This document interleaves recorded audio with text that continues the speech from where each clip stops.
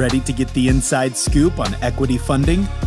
Tune into TDJ Equity Funding Insiders Podcast for an in-depth look at what it takes to access financial capital and maximize your investments. Hear from experienced professionals, including bankers, underwriters, loan officers, and industry experts as they share their unfiltered stories and valuable lessons on securing funds. Okay, we want to welcome you all to our Giving Power to the Business Owner webinar series. And I'm your host, Jacquelyn Jackson, a loan broker with TDJ Equity Funding. So we'll use this platform to actually educate businesses on other strategies and insights of you successfully securing funding. So today our topic is on the law side of getting funding. And so today we are joined by Bansal, the owner of the Oracle Legal Group. Her firm specializes in corporate law, intellectual property, contracts, and healthcare compliance. Works closely with business owners to protect and position their companies for growth. And today, she's here to share her insights on how legal strategies connect to funding and long-term business success. We want to welcome you, and if you would, give us a little bit more about yourself before we continue. Sure. Well, you know my name, you know where I work. I started the firm about 10 years ago, and the focus of our firm is really to be that one place that businesses can come to, and they get very personalized service. And we try to hit all those target areas that businesses typically need. And really, we love working with them, and we love watching them grow and scale. Okay, so that sounds something that's definitely you have a passion for business. You and I have spoken before, and like I said, I realize that's a passion. You really want to help a lot of business be successful, and that's why we all as a team, we voted to have you in because we felt that you could really bring some insights to helping us with not just our clientele, but a lot of people out there now. And as you know, we talked about it, they're trying to start their own business on their own. They're trying to get things set up. And one thing we've realized is that a lot of times they don't know how they should be set up properly, or some things they may run into when they try to get funding. So that's why we wanted you to be on today. And again, thank you so much for being here. So we want to start off, if we could, let's start the foundation. When it comes to business owners thinking about funding or even getting set up, there are legal structures that we kind of see a lot of, the LLC, the S Corp, and C Corp. But if you would you actually give us some idea of deciding between all three and how they kind of work, if you would, for us? Sure. I mean, I think one thing that is important, and I think lenders and investors want to see, is that clear separation between yourself and the business. And that's why we have these entities. It also shields and protects you from a liability standpoint. So the three that we see the most of are LLCs, C Corps, and S Corps. I can tell you we work with a lot of limited liability companies. It tends to be a very flexible structure. It's easy to make changes. You're able to have, managers that make the decisions. There's a lot of flexibility in that structure without all of that corporate formality. The C Corp, on the other hand, is a bit more formal, but it is also a very beneficial structure because essentially a lot of times these big investors, if they're looking to invest in your company, they might prefer that C Corp. So whether you're choosing one entity or the other depends on your specific business. But what I can say is that you want to pick them over a sole proprietorship, because that does not demonstrate really a separation between you and the business. Also, it doesn't protect you in case there is a lawsuit or another problem. Exactly. And I'm glad you said that, because a lot of business owners decide to come into a business and they kind of just started under maybe a DBA, which is their name, and, doing business as. They say, I'm going to go down to the court and I'm going to sign up. But when it comes to us looking for loans, when you do, like you said, sole proprietor, when you do a funding or a loan as a sole proprietor, they have to go on your personal all That's right. personal. You know what I'm saying? So you've Right. now, like you said, you've entwined your personal and your business compared to, like you're saying, the setup of this business's property, it protects you. And that's what's important. That's why we're putting you here, that if they have any Yes. questions about that, we definitely want them to reach out to you on that as well. Okay. Thank you so much for Yes. that. The No, next question. absolutely. I hope that they understand how important this, and it is so easy. It is not difficult to form these. You can even form them on your own. And ultimately, it's going to protect you. It's going to protect your business. You want to keep your bank account separate. You want to make sure your business is your business account, not your personal. You're not mixing the two, because that also can cause problems such as piercing the corporate veil. So everything you're saying is absolutely correct, Jacquelyn. And I really want to see these startups and these young companies do well. Right. And this is really step one. Okay, great. Exactly. So what we're going to do now is go into the next question. Again, we got these questions that come in from our subscribers, and a lot of our audience have put them in. So we want to talk about contracts and agreement. So on contracts can make or break a deal, especially when it comes to loans that's involved. What common mistakes do you see business owners make in their contracts that could hurt them later on? Well, that is a great question, actually. One thing that we see a lot of is vague or incomplete contracts. So, I know that somebody might have a buddy and they just have a handshake deal, or they just have a one-page agreement and they say, "Oh, I trust them." And maybe that relationship has worked for you and you've not had a problem. But the issue is that when an investor comes in or a bank looks at that, they're not going to look very favorably at that one-page agreement. And that's not going to give them that sense of security, such that they're going to want to give you, money to fund your business. And so I think, and it also doesn't secure your long-term future. I mean, you're looking to scale your business, you're looking to grow it. If you don't have solid contracts in place, then it's going to be difficult for you to do so. Exactly. And on that note, from the funding side, I want to mention, like you said, if the contracts are not properly set up, like say for instance, and I know we talked on this too, if you're doing a partnership. So Yeah. that partnership agreement, or you're buying another company from a person or a company, and those contracts are not set up, I guess, legally of the word I want to use, for it's like having Mm-hmm. those type of legality terms that they're looking for as a lender. If it's Yes. not complete, it's not filled out right, that is a stopping thing. So, That's and I it. don't think people Yeah. realize that you just can't do like you said, you and your buddy decide to fill something out. You know, you Right. so I can see what you're saying, and that's why it's so important of what you're saying. If you're going to do some Yes. contracts, any type of contracts, have attorney, someone to look over them and kind of Yes. guide you, because it will save you much money, down the line. Yes. Yes. I think you said it perfectly, because you're, in the moment you might say, "Hey, why do I have to do this?" or "Why do I have to spend this money on it?" But in the long term, you're actually saving a lot of money and a lot of problems. Exactly. So that's what we definitely want everybody to know when it comes to contracts and agreements. The next thing we want to talk about, a lot of people starting business, some people are coming up with intellectual property within their business, Right. which is fresh ideas. I do want you to explain what intellectual property is and actually how they need to make sure they're covered. So a lot of small business don't realize that brand or process may actually be their most valuable asset. How does properly securing intellectual property make a business more attractive, you think, for lenders or even investors? Absolutely. So I think this is incredibly important as well.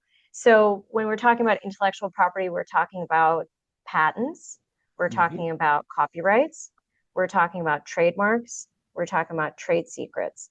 And they are protecting your name, your logo. This is protecting your inventions. This is protecting your processes in your company. So Yes. this can cover a number of things in the company, and having a proper IP protection in place, it changes it from just say a process to something that's actually an asset that is a Right. transferable asset to a potential lender, or if you're selling your company They to a can use it for seller. collateral. Exactly. They can use it for Yes, collateral. You're right. If that's it's a set up that's a right. great point. That's a great Right. point. So Right. for a lender, they can use it as collateral. So we've just now transformed something that you're using in your company into a very valuable asset. um, and I guess to provide you like an example, say if you have like like a wearable device, that's something that you could potentially patent. And then you could also trade.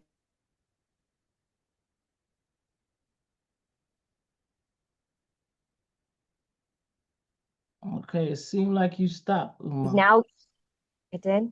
Yeah, you're Are you in. there? That's okay. Yeah, it kind of went out a little Okay, bit. You're okay. You're back in. we're okay. Okay. So, as mentioned, I don't know if you heard about the example I was just mentioning, but you have this wearable device, you've patented, you've now Okay. trademarked the name, the logo, and it's now a very valuable asset for your company. And so there's a lot of meaning and value to protecting your IP. Also helps you to identify, hey, what is the valuable IP in my company? It makes you sit down and think about that and think about ways that you can protect it. So it's important. It's important, exactly. And again, definitely seek an attorney for help. We have Uma on our referral page where you guys can reach out to her directly. So you will be able to do that on our website. So we want to go into the due diligence red flags. We kind of talked on that. So when a lender or investor or anyone reviews a company, because you deal with a lot of people that do contracts and help them, right? What are some of the legal red flags do you see that can probably stop the deals in dead tracks? Got it. Got it. Well, I'll say there's a number of items, but I think some of the main items, one we've already talked about, which is those messy contracts and, not like complete contracts. Those are obviously one that is definitely a red flag. Second is probably unclear ownership. You haven't outlined who the owners are, what the voting procedures are. All of that is typically you'll find in a shareholder agreement or an operating agreement.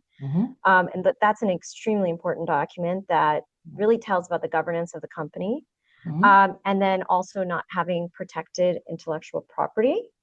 And then I would say probably compliance. You haven't done a great job of making sure you have the proper licenses in place, and you haven't made sure that all of that stuff is in order.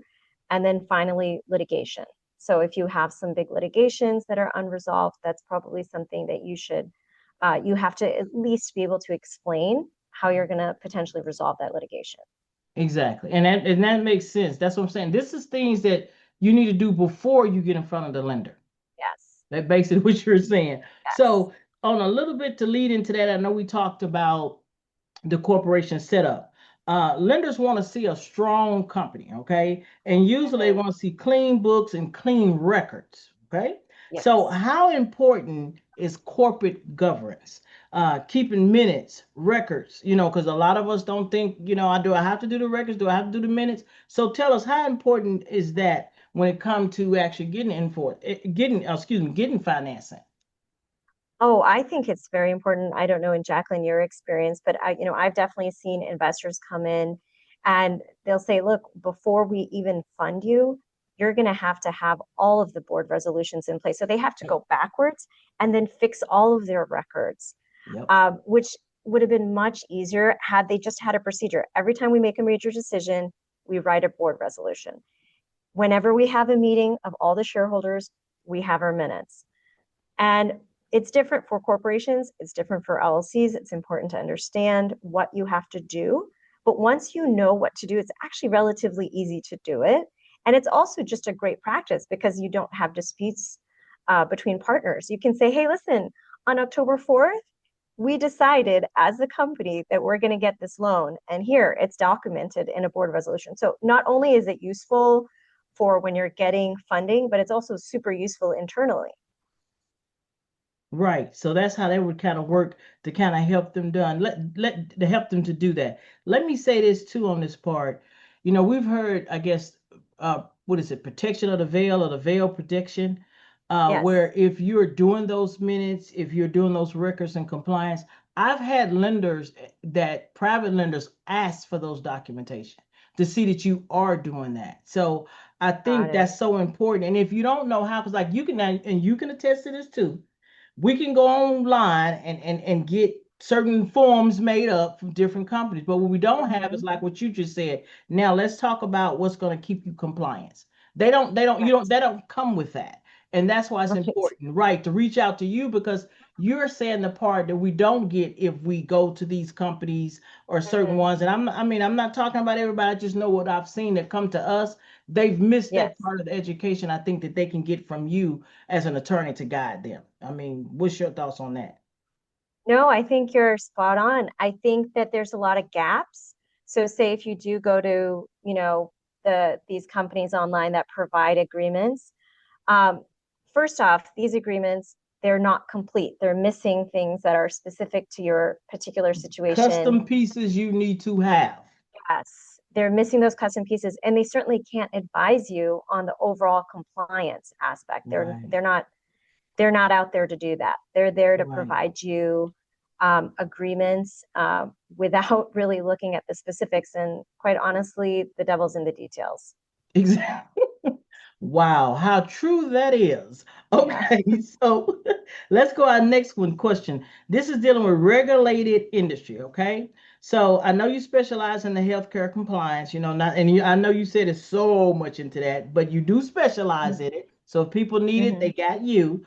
But for business owners in a highly regulated industry, because you said that, what additional legal steps should they take before actually presenting it to an investor or to a lender? What do you think that should be on that aspect? You're saying if they're in a very specific industry like healthcare, where they have what's their legal, what's some things they need to make sure? Your typical. Go ahead. Well, I think they need to make sure that they're. Is it pausing? Yeah, it was. Okay, go ahead. Okay, now go ahead. I'm sorry. I think that they absolutely need to make sure that they're doing things that are legally compliant. So sometimes even healthcare companies, they may not realize that perhaps they're running afoul of anti-kickback and Stark, just in their referral relationships with other clinics. And they need to make sure that their documentation is also reflecting the compliance aspect. So, if it is a HIPAA compliant company, then, making sure that even the agreements are discussing the HIPAA compliance, to make sure that the infrastructure is actually HIPAA compliant. So there's a lot more steps when you are in specific industries, and it's a lot more complex. It's absolutely a case where you need to have an attorney come and look and make sure, do almost like an internal legal audit to make sure that you're compliant. Right. And I want to say that we've actually helped a lot of healthcares, but we've had some that come through and they have had certain documents drawn up. But when it comes to their compliance, when we ask for certain documents, then they find and we find out that their document may not be the right type that they needed. They should have had additional this or additional that. And that's where I saw when an attorney comes in, and like you said, it's that feel you can give them some compliance for what they need to do what they need to do in their area. Because it is also different by areas too, by states. Yes. Yes, it's a lot. It's a lot. Right. So industry regulation is really important that if you're getting into that, then you should definitely look at getting an attorney to kind of make sure you set up right. That's something you don't do off your hip. That's just my opinion. Okay, so going to the next one, let's talk about risk management. Okay, so we taking on debt means taking on risk. What legal protection, like contracts or policy, do you recommend businesses have in place to minimize maybe their risks? That's a great question as well. I would say that there's the external and then there's the internal agreements. So from an internal standpoint, we're talking about having the operating agreement and the board resolutions in place to get that loan and to make sure that you have the authority to get the loan and that you have the votes in place and you have the decision making, what's going to happen when you have a debt. All of these things are internal questions that should be outlined in your operating agreement. If they're not, then that's something that you guys need to come together, talk about, put into a board resolution as well. And then externally, the loan documents themselves are very important. And one thing I've noticed is that there's quite a bit of variety out there. It's not like there's just one set of loan documents. They can vary quite a bit, and the obligations and the triggers, the default triggers can really vary. So it's super important to review them and to understand them I think specifically with an attorney, unless you're very, very experienced in this area, it can be quite tricky. Very tricky. I've seen that. So Yeah. you are so right about that. So again, I emphasize how important it is to have an attorney with that, because we see it at the loan table, at the closing table, where things Yeah. can't continue because of the legalities of the business itself, and you didn't have the proper document you needed to go forward. And they can't go Yeah. forward. You know what I'm saying? So it is well worth getting you to review what they have, and let's see, to make sure you're compliant based in the industry you're in. I mean, you think that's something they should look at trying to do as well? Yes, absolutely. I think it's good to have your ducks in a row. Things go much more smoothly. The chances of you getting a loan increase.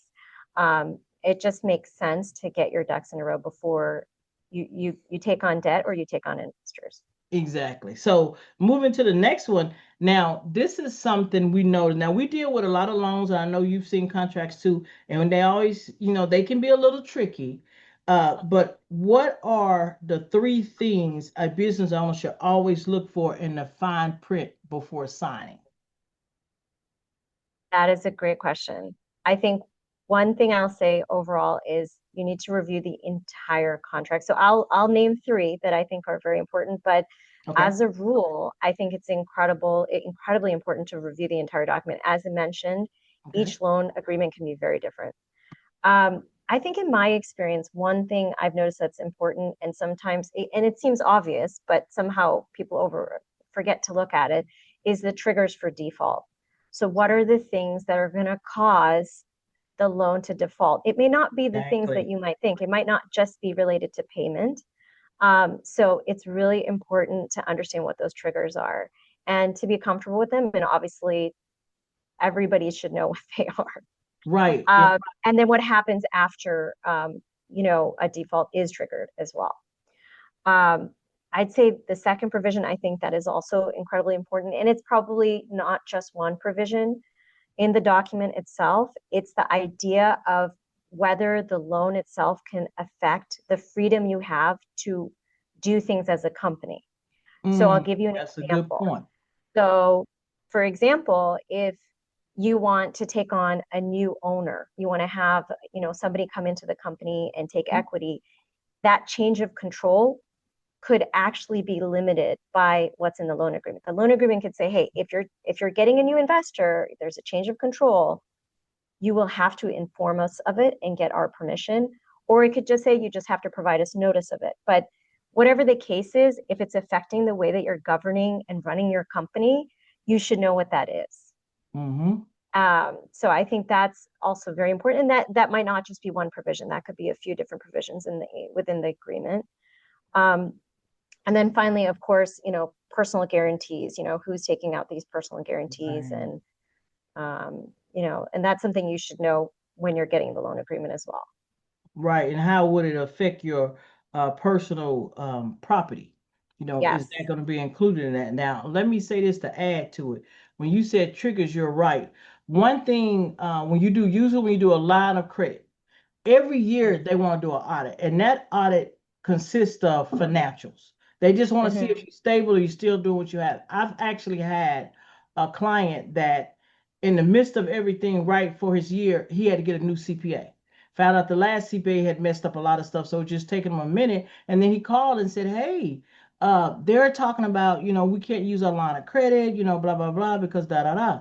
I said, yeah, because in your contract, which, we knew, it wasn't nothing we brought out, but I found out later with everybody that if you do not have those documents, then they have to stop the loan. He didn't read that. Yes. He didn't know that. So he was able, don't get me wrong, he was wind up getting his CPA and all that stuff, but it was like a month and a half later that he didn't use his line of credit. So that is true when you say you have to read all that and see how it would affect you, because he could have started 4 months ago getting his CPA if he knew in a year I need to have that, which we mentioned on our letters, but again, he said he didn't read even what we did. So you are so true. Absolutely. And sometimes that loan will stop you from getting a second loan. It'll say, hey, yes, you can't get that second loan. So it is so important to understand all of those terms. It may seem like a standard document, but it is not. Right, exactly. Read all of it. And what you don't understand, get legal help. to make sure you understanding what you're reading. Believe me, the money is well worth what you have to go through without doing it. It really is. Yes. Okay. Wonderful, wonderful. So the next one I have, we're going to talk about equity versus debt. Okay. Now, sometimes entrepreneurs bring in investors instead of taking a loan. Okay. We talked about that. But what legal steps should a business owner take to protect themselves and avoid disputes when bringing in, or like you just said, bringing in a partner?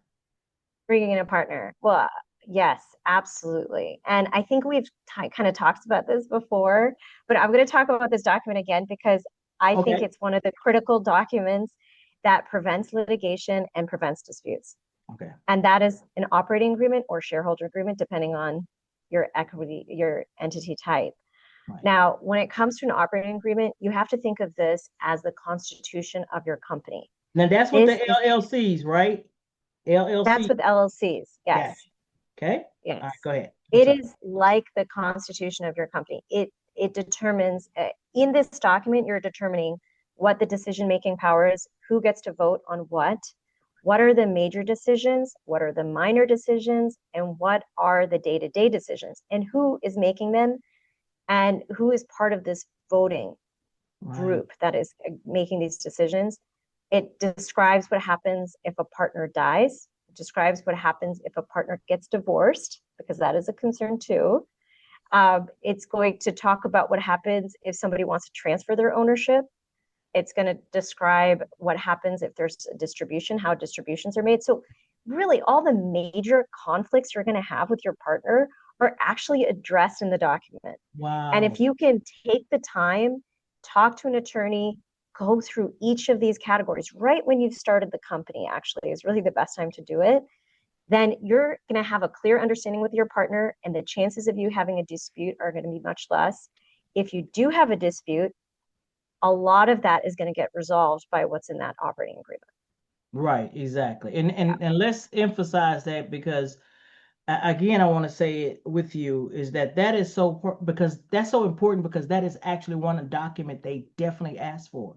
You know, you don't, they're not looking for you to explain. A lot of time, I think when people go to the bank, they think, okay, I'm going to explain this, but you can't explain, because a lot of your paper go before the deciding people before you.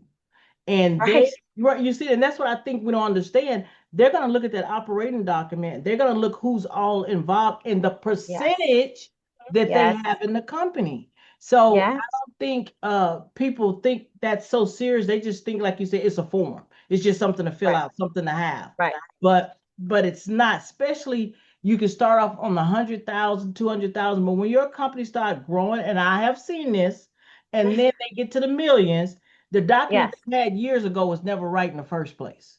Now they got to pay off to get it correct, because you're expanding, which means you're bringing in a lot of more people that's going to look at your books and look at your setup and your compliance. And that's where they lose it, because they've been pretty much doing it on the hip, you know, pretty much. And now you're at the point where it's the money time. You're not set up, you know, properly how you need to be. I know you have a lot of those coming to you. I guess a little late is what they come to you and try to work with that. So that's something you all run in. So give me, if you would, and that we want to talk about as far as a legal advice. If you could leave business on one piece of legal advice before they grow their business and start borrowing money, okay? Yes. What would that be? Well, I think we've been talking about it the entire time. It's basically get your legal house in order and do it from day one. It truly is a foundation for your company. It's not only going to help you to scale and to get investors and to get funding, it's also going to help you run the company smoothly. And it's going to cause a lot less conflict. It's going to make your life a lot easier. And frankly, it's much cheaper. It doesn't cost that much to get these governance documents in play, but it costs a lot of money when there's a partnership dispute, a lot. And it's much harder to resolve and much harder to deal with. So I think it's just get it in order. Don't be scared of it. Sometimes people get, a bit put off by legal. Get the right partner, get the right attorney to work with, and they will step you through the process. Well, we actually had someone that sent something up to us that asked you this. It's about the timing, they say, of getting an attorney. So when do you think a new business should look at having an attorney on board? When they first think about business or after they've kind of ran it for a minute? When do you think is a good time to talk to an attorney? I think it's a good time to not talk to an attorney when you have decided that you want to actually move forward with the business. Unless you have some questions, if you are still deciding, you can certainly talk to an attorney before that point. But I think when you're serious, you're saying, hey, it's time, I want to do this. Okay. Then I think it's important to talk to an attorney. First off, you're going to have to form that entity, so you want to form the right one. And then from that point on, you want to find an attorney who will really guide you and tell you, hey, this is what's important now. This is something we can wait on. Right. Because you might not need all of it from day one, but there are certain things you do need from day one. Okay. And that's where your attorney can come in and kind of help you with that and kind of getting that in. Okay. Well, listen, is there anything else you think our audience should know? You know, we deal with business owners and real estate investors. And so is it anything you can think of that you definitely want them to be aware of as far as their business setup and going forward? I mean, I would just say, just find the right partners you can work with, whether that's a CPA or an attorney, or even your business partner. I think it's all about having the right people in, you know, who are there, who are cheering you on, who are on your side and helping you grow and scale and just have a successful business. I really wish everybody the best in their in this journey. It's an awesome journey, actually, to grow a business. It's a scary journey. It's a scary journey, yes. But it's a lot less scary if you have the right team with you. So I totally agree. Well, Miss Uma, I thank you so much for being on our show today. It has been a powerful time. Thank you for being here. Thank you. Thank you so much, Jacquelyn. It's been a pleasure.